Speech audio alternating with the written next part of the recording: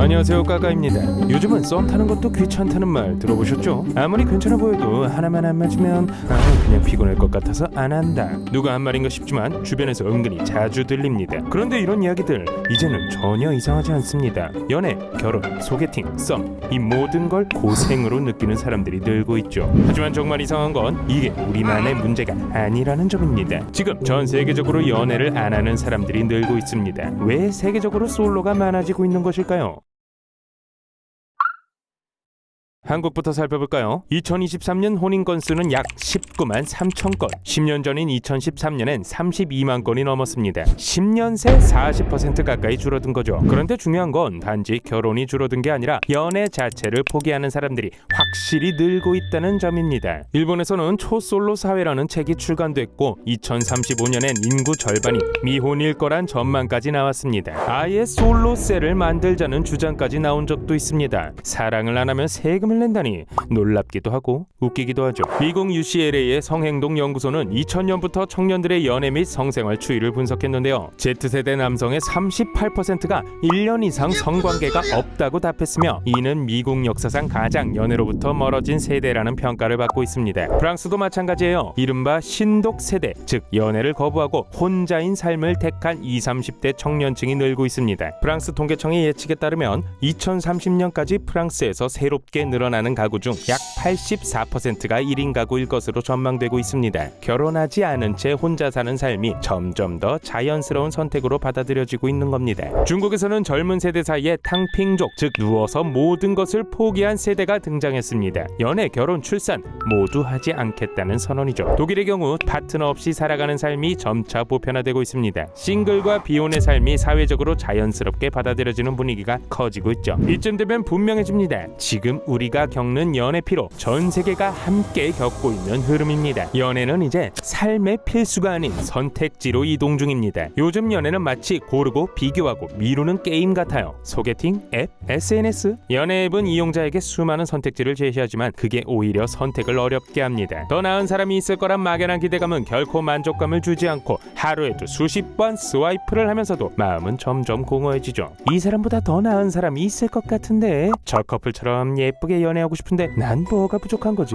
끊임없는 비교 속에서 우리는 실제 사람보다 이미지에 더 익숙해지고 있습니다. 심리학자 베리 슈워츠는 이를 선택의 역설이라 불렀습니다. 선택지가 많을수록 우리는 더 비효율적으로 행동하고 만족하지 못한다는 연구죠. 돈 문제는 연애에서 빼놓을 수 없습니다. 데이트도 여행도 선물도 다 돈입니다. 청년 세대 다수가 취업난, 저소득, 주거 불안정에 시달리는데 연애에 쓸 시간과 감정의 여유는커녕 생존이 우선입니다. OECD 보고서들은 젊은 세대가 직업 불안, 수입 불안정 등 경제적 불안정을 주요 이유로 결혼과 출산을 미룬다고 분석합니다. 그리고 이는 한국, 이탈리아, 스페인 등에서 가장 높은 수치를 보였죠. 지금은 반지보다 월세가 더 중요해요. 이런 말 그냥 우스갯소리 같지만 진심일 때가 많죠. 연애는 때때로 기쁨보다 상처를 남깁니다. 불안, 실망, 상처, 눈치 이 모든 감정이 나의 에너지와 자존감을 깎아먹죠. 연애를 하며 겪었던 실망감이나 상처가 있는 사람은 더 신중해집니다.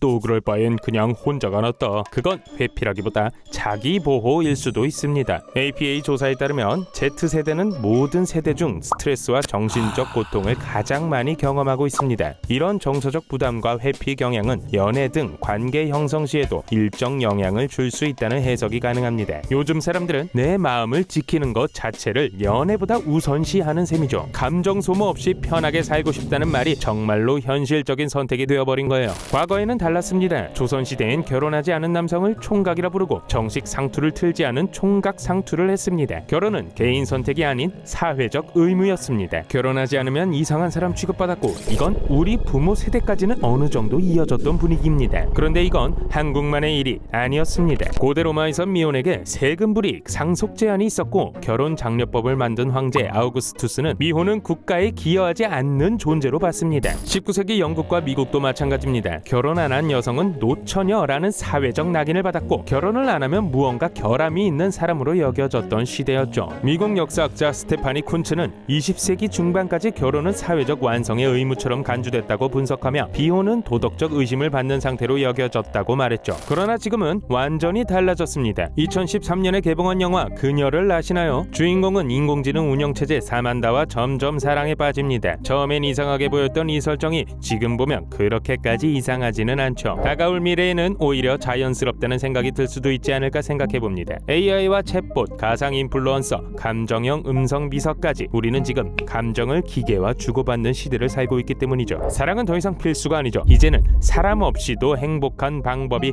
훨씬 다양해진 시대예요. 자극과 위로도 굳이 사람을 통하지 않아도 됩니다. 결혼은 해도 되고 안 해도 되는 거예요. 연애도 마찬가지예요. 그냥 안 해도 된다는 선택지가 생긴 거죠. 그런데 더욱 놀라운 건 절대로 대체될 수 없을 것 같은 육체적 관계도 해결하기 위해 활발히 진행 중입니다. 완전 자유형 성관계 로봇은 아직 영화 같은 얘기지만 표정과 감정을 흉내내는 로봇은 이미 상용화 단계에 들어섰죠. 사랑이 꼭 사람 대 사람 사이에서만 일어난다는 생각도 점점 옛말이 되어가고 있는 거예요. 우리가 연애를 힘들어하는 건 단지 개인의 성격이나 노력 부족 때문이 아닙니다. 사회, 문화, 경제, 심리 모든 것이 달라졌기 때문이죠. 그리고 이 변화는 한국뿐 아니라 전 세계적으로 벌어지고 있는 일이죠. 혹시 여러분은 지금 혼자가 편하다고 생각하시나요? 아니면 누군가를 기다리고 있나요? 저의 여자친구는 태어나기는 한 걸까요?